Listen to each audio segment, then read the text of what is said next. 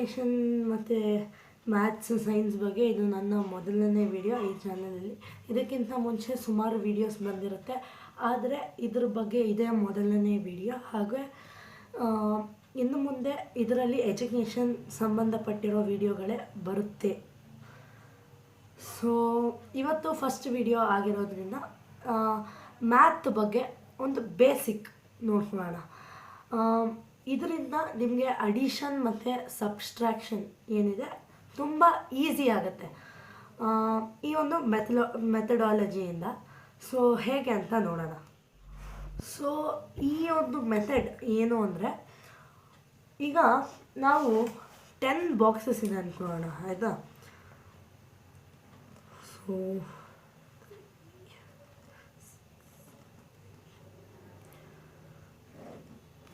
10 boxes ಇದೆ ಇಲ್ಲಿ.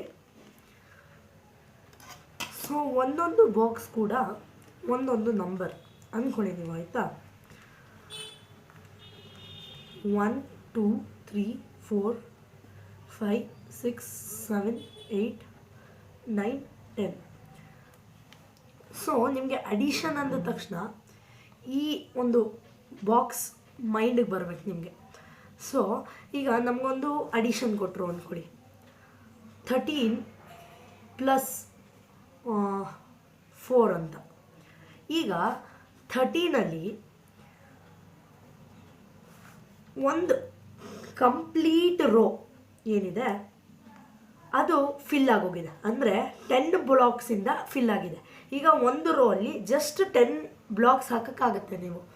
But ಇದನ್ನು ಬಿಟ್ಟು ಇನ್ನು ಈಗ 13ನ ಸ್ಪ್ಲಿಟ್ ಮಾಡಿದರೆ ನಾವು 10 + 3.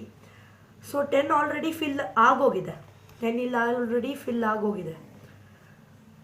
ಈಗ ನೀವು ನೆಕ್ಸ್ಟ್ ಏನು ಮಾಡ್ತೀರಾ, ಇನ್ನೂ ಒಂದು ರೋ ಎಕ್ಸೀಡ್ ಮಾಡ್ಕೊತೀರಾ. ಇನ್ನೂ ಒಂದು ರೋ ಅಲ್ಲಿ ಏನು ಮಾಡ್ತೀರಾ, ಈ ರೋ ಅಲ್ಲಿ 3 ಬ್ಲಾಕ್ಸ್ ಹಾಕೊಳ್ಳೋಣ.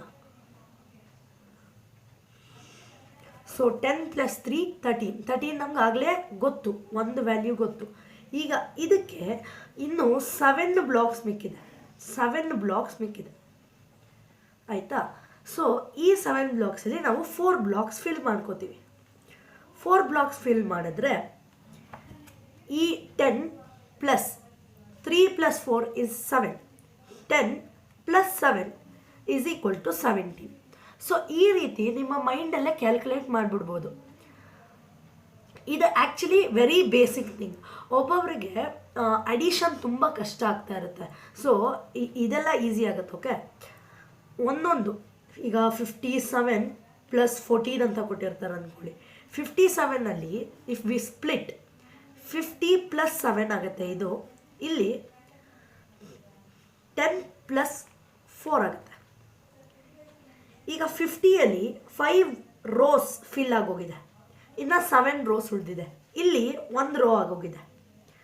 ಸೊ 2 ರೋ ಕಂಪ್ಲೀಟ್ ಆಗಿರೋದ್ರಿಂದ ಇದ್ರ ಸಮ್ಮು 60 ಆಗಿರುತ್ತೆ. ಈಗ ನಾವು ಇನ್ನೊಂದು ಏನು ಮಾಡ್ತೀವಿ, ಇನ್ನೊಂದು ರೋ ಅಲ್ಲಿ 10 ಬ್ಲಾಕ್ಸ್ ಫಿಲ್ ಮಾಡ್ಬೋದು.